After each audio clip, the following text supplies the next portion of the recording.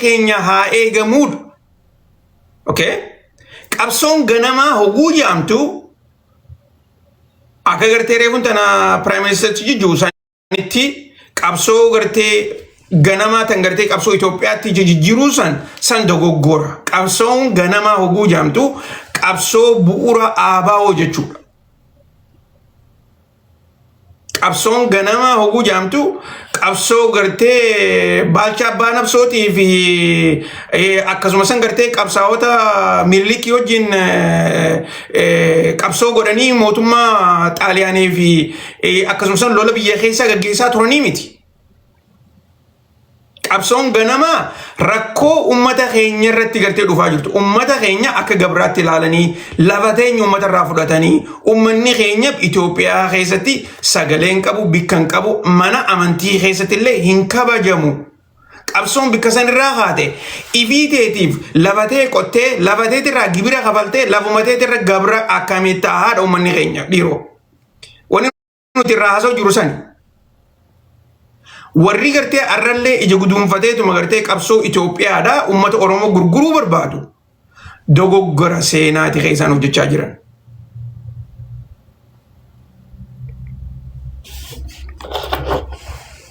Prime Minister Jaan qareefuun tanaa gartee wanni inni haasawaa jiru. Ani isinii mee bara interview tanoo warri mana kana keessa jirtan waa'ee interview tanaa guututti isinii himneen dursoo. Ani interview tana wayi ilaalee beeka arraan tana gadhiisaniimi. Waan interview tana isin himeen jiru. Interviewun tuni akka jirtutti Prime Minister jechi guututti haasa'u ta'a. Gaazexeessichi taa'ee fuula keessa eegaa. Gaaffii gaafachuuf hin taa'u. Takka agartee gaaffii takka lama gaafata. Saniini gartee sa'a takkaa ol Prime Ministerichi haasa'u ta'an isiniin jee. Prime Ministerichi ammaasis ifii isaatiif gaaffiif gaafateeti ifii isaatiif deebisaan isiniin jee. Kuni aadaa OPDO'dhaati. Yoo gartee OBN amata dheeraa laalte sanu. Prime Ministerichi arraan tana sa'a takka guutuu haasawee interview saatan amata 5 dura godhe takka amata 6 dura godhe. Inumaatu Facebook na yaadachiisee jira reefun tana. Amata 6 dura gartee tan OBN hojii godhe. Sanirraa waan haaree takka illee nutti hin himne Prime Ministerichi. Okay?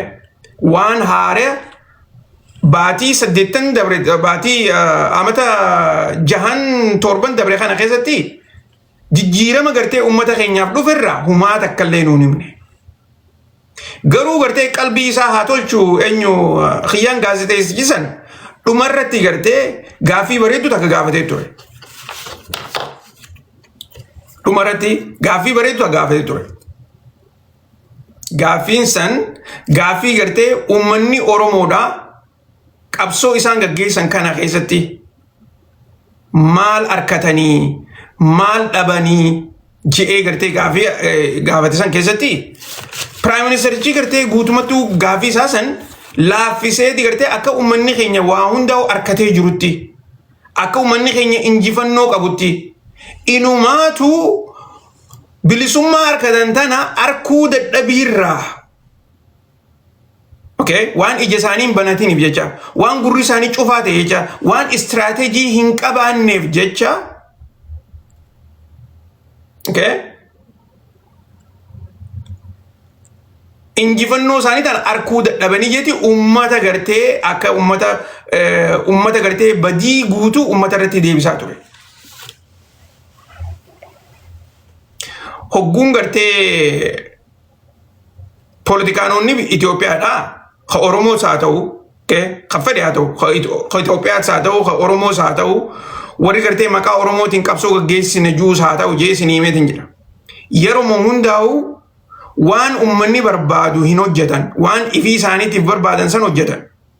Kan ummanni gartee gaafiin teenya hin deebine, wanni nuti hojjechaa jirruuf tana, wanni nuti gartee isin jala caa jirruuf tana, tanarra nuti xiyyeeffadhaa gujaani isaan kan hin dhagayan. Prime Ministerichi inumaatu gartee gaaffii san silaa akka addaatti deebisuu irra ture. Akkaataan addaa kan inni itti deebisuu irra ture dursoo takka gartee akkaataan qabsoo tana keessattuu gartee jijjiirama ummata keenyaaf dhufe kana nuti akka gartee isaaniif ifa ta'utti itti himaa hin jirru yoo jee silaa waan gaariidha. dhaabbanni keenyaa fi mootummaan teenya ummata ifit dhiheessaa hin jirru. Okay? Ummanni istiraatejii addaa qaba waan nuti hojjenne kana arkutti hin jiru arkuu hin danda'u hogguu jette ati kadhaamsa kana sila ummata dabarsu jiru takka agartee ummanni akkasii arku ha barbaadu atuu ummataa fi mutti hin jirtu jechuu atuu dhaamsa gayaa ummatatti gartee dabarsutti hin jirtu jechuu si galtee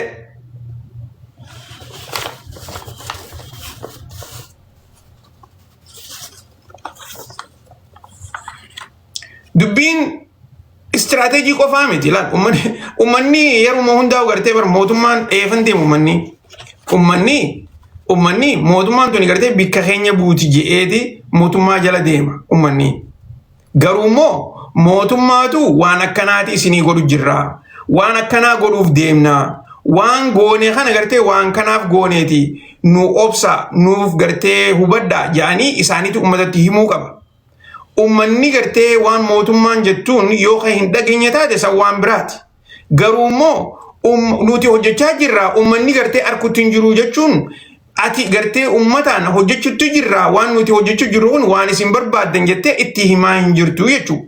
Kanaaf gartee hogguu dubbannu almaan isin hin jee Piraayim Ministeertichi kuni silaa gartee yeroo takka takka beekaatuma gartee afaan Oromootiin ummata guututti gartee ibsa isaa dabarsuu qabaan isin jechaa ture. Afaan Amaaraa qofaa miti.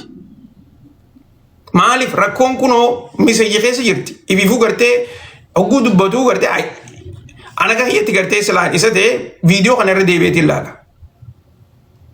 Irra deebi'ee ilaalee beekaa ammaas ilaal wanta qabu baddaa. Gaaffiilee silaa gartee ammaa gaazexasaan kun isa gaafatu kana Piraayim Ministeerichi if dura beeka. If dura itti himeeti if dura laalee gaaffii tana gaafataa jeeni akkasitti gartee gaaffiin tuni gaafatamti. Okay? Akkanumatti gartee qophaa'ee dhufee inni dura taa'ee gaaffii gartee adda addaa hin gaafatu. No, hin jiru wanni akkasii. Okay? Gaaffii dura qopheesseeti gaazexeessii ka OPDOdhaati mi? Miidiyaa tokko bar miidiyaan ka OBN bar. Okay? So, dura dursoo gartee gaaffii isaa tarreeffeesseeti Piraayim Ministeericha oofisa geessee akkasitti gartee gaaffii san laalanii dubbisanii waan taatu tanan gaafatiin tana gaafadhu yaanii gartee akkasitti tan gartee inni gaafatutti himan. Tan inni gaafannees gartee keessaa baasan. San taate hayyee san raadhiifnu. Garuu immoo gaaffii takka gaafattee daqiiqaa 15 daqiiqa 20 namni gartee gaazexeessaan itti dhiisuun kuni Itoophiyuma keessa jirti yoo dhugaa dubban. Bikka biyya biraa keessa hin jirtu wanni kanaa. Dura dursoo gaaffii gaafatta. Gaaffii teessan gartee yoo inni deebisutti hin jiranne gaaffii irratti deebista. Akka ariifaatti. Wanni hin gartee baraani gaaffii tana gartee baruun barbaadame akkana jiititi. Kanarra gartee naa deebiyatteeni. Itti dhiiftee Piraayim Ministeericha kan gartee namni miiliyoona meeqaan taa'ee dhageeffachuu jiru. Gaaffii uummanni silaa isarraa eegu. Takkaa'u deebii uummanni isarraa eegu. Gaaffii uummanni gaazexeessarraa eegu odoo hin gaafatin. Akkanumatti gartee maayikii dura keessee hanqa inni haasa'u itti dhiiftee daqiiqa 20 guutuu haasee ammaas gartee gaaffii biraa gaafatta. Piraayim Ministeerichi ifii isaatiifuu gaaffii 5-7 faa haaseeti ifii isaatiif deebisaa ture yeroo san gidduutti jechuudha.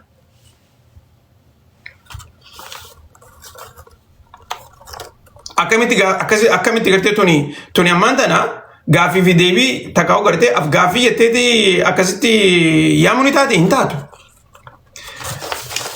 Daaktar Abiyyi miti warra biraatu gartee warra mootummaa naannoo Oromiyaa keessa dalagu maayikii harka kaayaa. Maayikuma harka kaayaatii biraa deema. Za'aa 5 achi ta'anii ni haasa'an. Odoo hogguta akka furan baafanne. Hundi isaaniitu.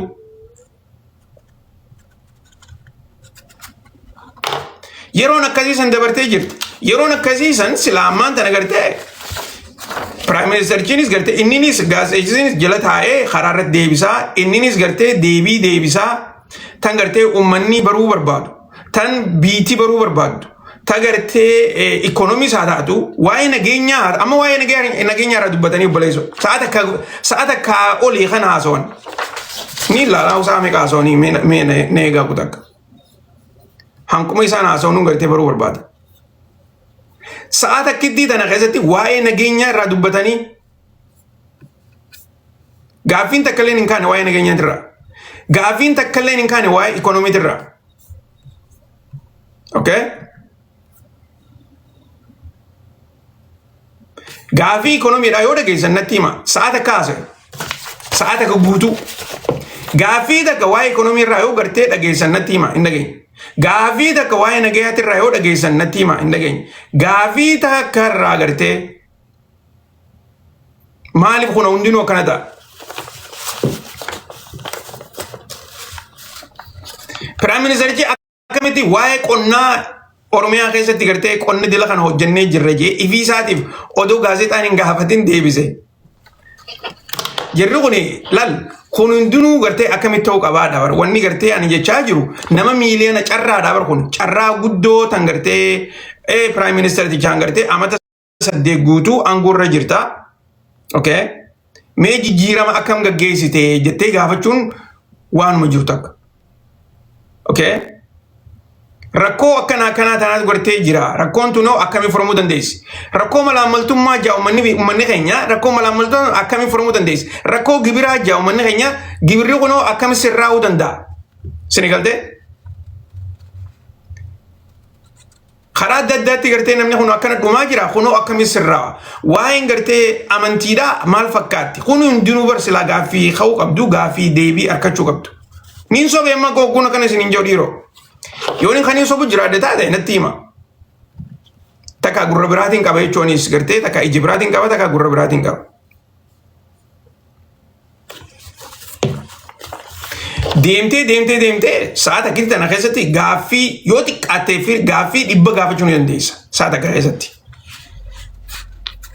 Namni akkana taa'ee gartee kan qalbiidhaan dhageeffachaa jiru hundinuu waanuma gartee gaaffii 3 tan gartee silaa'uu gaaffiilee kana tana maal jaaniin ni beektanii gaaffii gartee guu gaazexaan akkasii gaafatu softball jaaniin.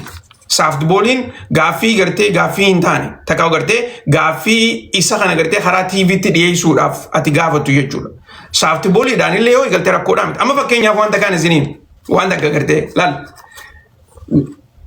Waan ajaa'iba isinitti ta'urraa guddina Oromiyaadhaatii fi jijjiirama Oromiyaa keessatti dhiyaachaa jiru Piraayim Ministerichi ifiif gaafateeti ifiif deebise.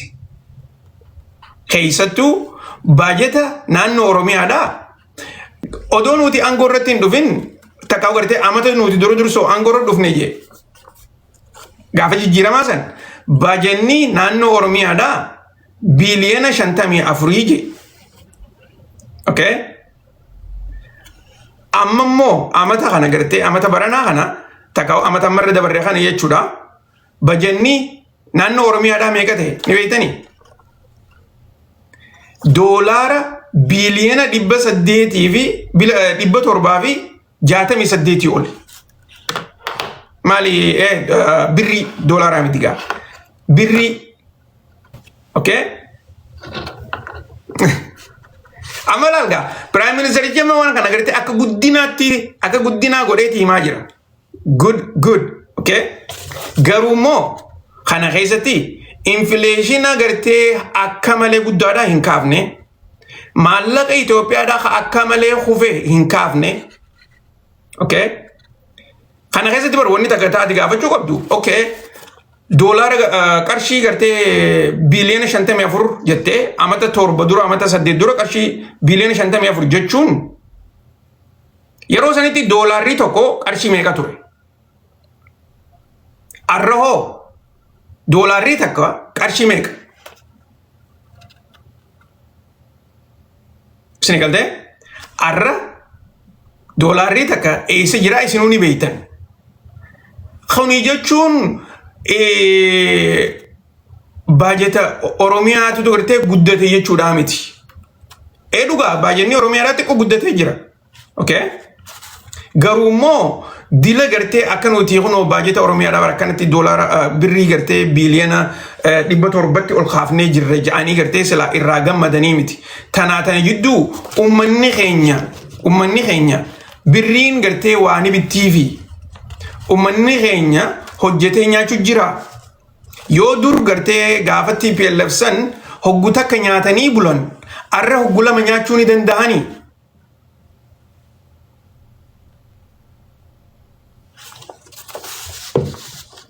Gaafiileen tun gaafatamuu qabdi bar. Laal. Ani waniin an jechu jiru gaazexeessichi gartee gaaffii jajjabduu gaafachuun qabu. Maaliif akka inni gartee hojii isaa dhabuus hin barbaannu. Maaliif ifiifuu gartee wantaaf hojjeta. Inni nu bilisiginnaadhaa mire gaazexeessaanis bilisiginnaadhaa beekaa. Tana gartee hin raanfatina. Bilisiginnaa ta'uu qabda hojii gartee miidiyaa irraa hojjechuudhaafi.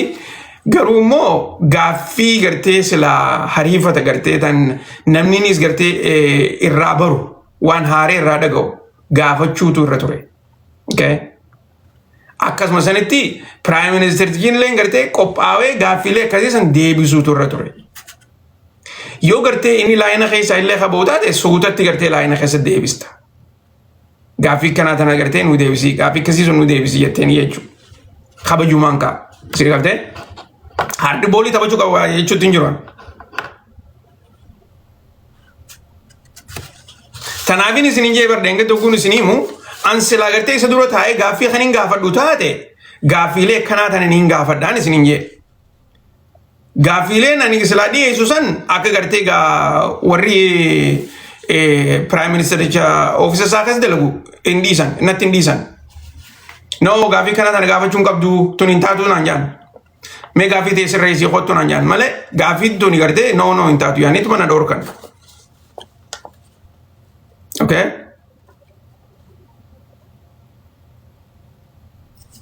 Dhuguma jirtuun isinii jira bar.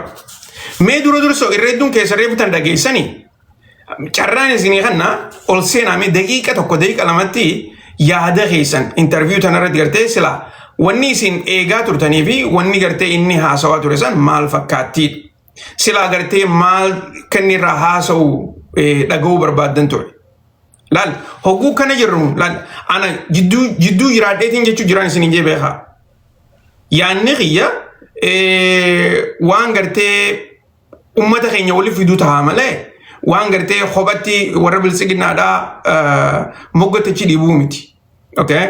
Jidduu jiraadhee gartee hogguun yaada kana laalu jechuudha. Hogguun gartee haasoo isaa laalu jechuudha.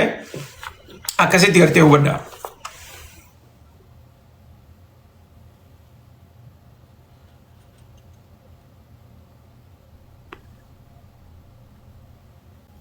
Warreen mana keessa jirtan yoo gartee qophooytanis jirtan isiniin nagaa. Ahlan wasahlan gaazexeenyaa keenya jabaa. Akkam jirti? Jabaa ilmaa dhugaa. Namni haga kan kee jabaan Oromoo keessa waan jiru sini galateeffadha. Galatoomii lakkii suutuma gaa suutuma narraa. Akka garee gammaddee. Lakkii narraa suuta lakkii Oromoo keessa hedduu jira gaazexeessonni. Waan jiru Oromoo keessa jiru. Ati bakka hin qabdu akkasumatti yaada fiddeeti ummataaf dhiyeessita ummata keessaa filata. Yaada akkanaa Oromoon hin barre. Akkasi. Immoo waa'ee addunyaallee ummata keetiif afaan keetiin ibsitaa miindaan qabdu nama jabaa dhugaa dubbachuudhaaf jaba galatoon. Gara yaada keenyaatti yoo gorre ani xiqqoo namarraa addan qabaa. Silaa qabsaasa abaawoo jedhan sani kaayoo saniin bara dheeraa deemneerra waa doofaallee miti nama diinaa fira adda baafatee beeku garuu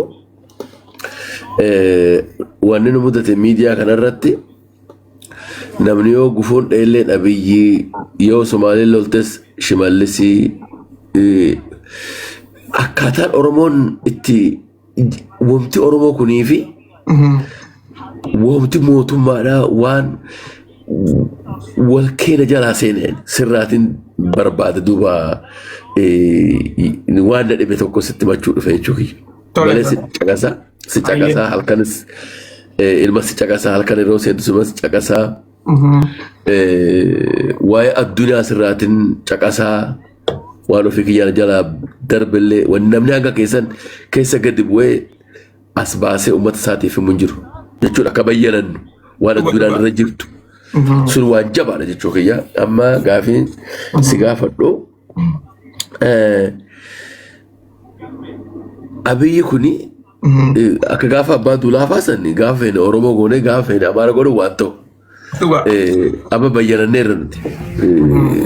Amma Leencoo faan, Daawit faan, Galaasaa faan wanni isaan godhaa turan sunii fi wanni amma isaan irra jiran immoo abatan Oromoon kana booda waan bitattu jechuudha. Wanni marroo godhus waan fudhatamuu hin qabu. Garuu akka uummataa tokkotti itti haasofnu ani amma uummataa akka gara siyaasa tokkotti na fudhannee garuu Daawutiin deeggara. Daawutiin deeggaraa garuu ani amma uummata deeggartuu hawaasaa kan Daawud Ibsaa deeggaru jechuudha. Marroo faas waan jibbu garuu waan deeggaru isaan. Maaliif marroo namni xiqqoo ni quuqama namni eega mooraa firaa keessaa mooraa diinaa tarkaanfatee diina jedhatti bilisummaa Oromoo. Isa saniifin hin deeggarre. Amma Itoophiyaa kana kan bushaa jiru akka ammaan ilaalutti akka anatti fakkaatitti uummanni Oromoo irra caalaanis akkuma kiyya kanatti fakkaatanii amana. Itoophiyaa kana kan bushaa jiru amma Oromoodha. Addunyaa tanarratti wanni barbaachisu huma sadii mootummaan tokko huma sadii jechuudha. Damee dinagdeetii fi damee waraanaatii fi bulchiisa waliigalaa biyyattiiti. Waan san hundi nu harka jira. Tigreen xiqqishoon tun dhuftee Mallas Zeenaawiin gubbaa sanarra jira jettee hundi bitaakaa Tigree agargifti. Jijjigarraa fa'aattee kontirbaandii ani xiqqoo takka hiriiroo warra ba'aa kanaa waliin yoo ishiin Ardishekirraa fa'aattee as dhuftu Tigreen afaan Tigree dubbannaa inni keellaarra namisa qabu waan jiru. Keellaa kanarra kan jiru Oromoo. Amaara. Tigru bitaanaan inni garuu namisa tokko waan jiru. Nuti Abiyyi Ahmad gadi bahee Sumaalee lafa keessa fudhatte ofirraa cafaqa. Hin jiru. Shimalleessis ofirraa tumisiin hin jiru. Uummanni Oromoo mootummaan kun mootummaa Oromooti.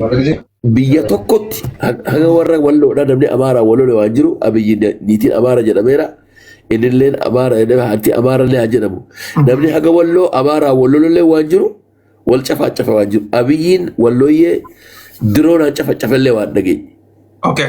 So mega interview irraan tanaa irratti as deebii waan dhageessee fi gartee waan inni laanqammaan tanaa irraa haasa'u irra yaada ta'e tokko haga tokko caqasee jira dhiyeessee tasaatiis wajji waan caqasee ati dhaabnaa numan dhaabse jala hin deemne. Maal akka jedhu ati amma waan inni san gaafanne waan gaazexeessaan hin gaafanne haasawaa jetteet yaadi kan kee. San qofaa miti.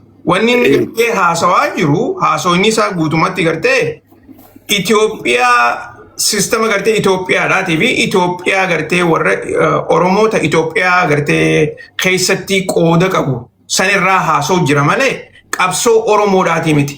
Inni wanni haasawaa jiru keessatti irra guddoon takka qabsoo Oromoodhaati qabsoo Itoophiyaadhaa godhu jira. Okay? Kan dogoggora guddaadha qabsoo Oromoo keessatti. Akkasii sii galeeti ati akkatti fahamte akkasii namichi afaan Oromootiin dubbachaa jira amma ani akkan irraa hubadhe Itoophiyaatu tunuu nu hiidha. Itoophiyaa wanni jedhan hin jirtuudha igiroorii godhan guutumatti jechuudha. Itoophiyaan tunuu nu hiidha. Bakki keessa hin jirre sanaanis hin dinne bar. Itoophiyaan tuni nu hii anis hin dinne bar. Okay?